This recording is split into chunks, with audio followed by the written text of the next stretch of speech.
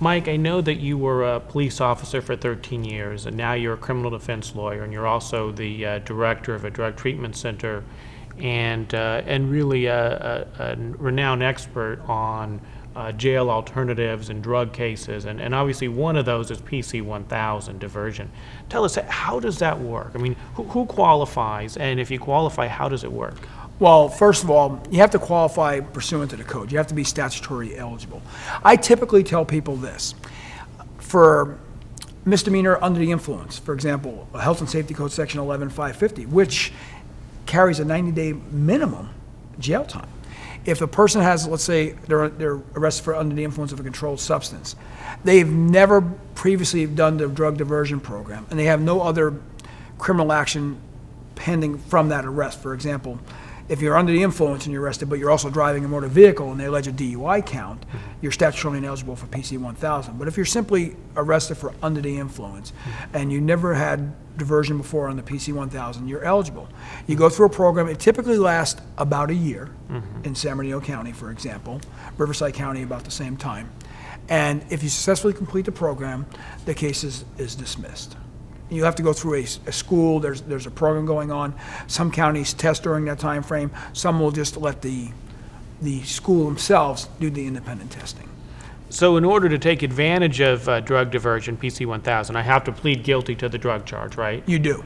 And but if I complete the program, then the case is dismissed. It's absolutely dismissed upon successful completion of the program. Now, what if I drop out of the program, or I get have a dirty test, or I pick up a new case? What happens then? Well, we see that typically. We see, again, when you're dealing with people who potentially have substance abuse problems, you're going to see relapse during the recovery process. It's just, they go hand in hand.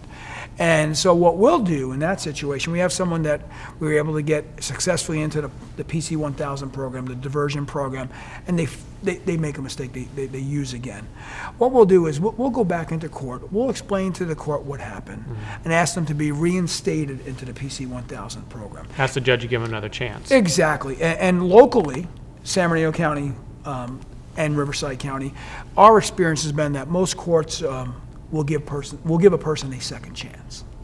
Now, I know PC 1000 and Prop 36 are very similar. If I had my choice, let's say I qualify for both Prop 36 as well as diversion under PC 1000, which is better? Which is preferable? Well, from a standpoint from legal ramifications and from a standpoint of how hard it is to successfully complete the program, the PC 1000 program is you can get it done quicker. The Prop 36 program, and what I tell people is this: I see PC 1000 normally for misdemeanor behavior, and Prop 36 for felonious behavior, felony possessions versus misdemeanor under the influences. And certainly, though, even a simple possession, an 11377 of the Health and Safety Code, for example, could result in a PC 1000 program. But certainly, I think from a standpoint of what you have to do to successfully complete the program, time frame, time-wise, the PC 1000 program is preferable to most folks. But with this caveat, certainly, and I talk to all the time, we take young people especially, and we tell them, it's not just about today. It's not just about getting past this case.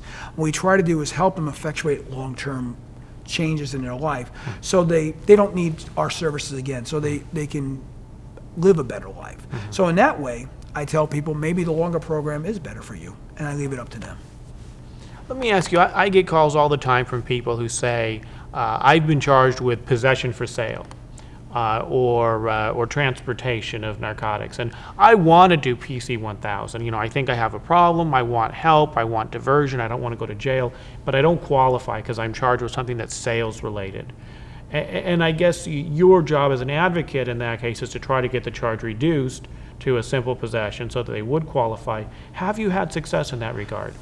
We've had great success, and certainly it's always on a case-by-case basis. For example, let's say you have a case where someone is charged with transportation and possession for sale, and they find these, not a large, but a decent amount of controlled substance, whether it's speed or heroin or whatever.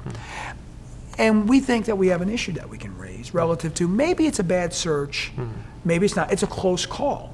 Sometimes, and oftentimes actually, we can use that as a position to try to negotiate the matter so that we can get these more serious charges dismissed enter and insert a simpler charge that makes the person eligible for diversion.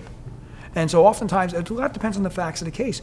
Sometimes we have great leeway to do that based upon what we perceive as a potential legal issue that we can raise, but not necessarily think we can prevail upon, but convince the DA that we're right to reduce the charges. And then the good thing for the client is if they successfully complete the program, then they've stayed out of jail and they ultimately don't get a criminal record. That's correct. One, you're always dealing with risk mitigation. And what you're trying to do, short term, keep people out of jail. 2, help them effectuate positive change in their life. And 3, have them have a clean record. So from this point forward, they can go on and live the best life possible without having to suffer a felony or misdemeanor conviction or a crime of moral turpitude. I'm Mike Scafiddi, a retired police officer and now a criminal defense attorney with Shouse Law Group.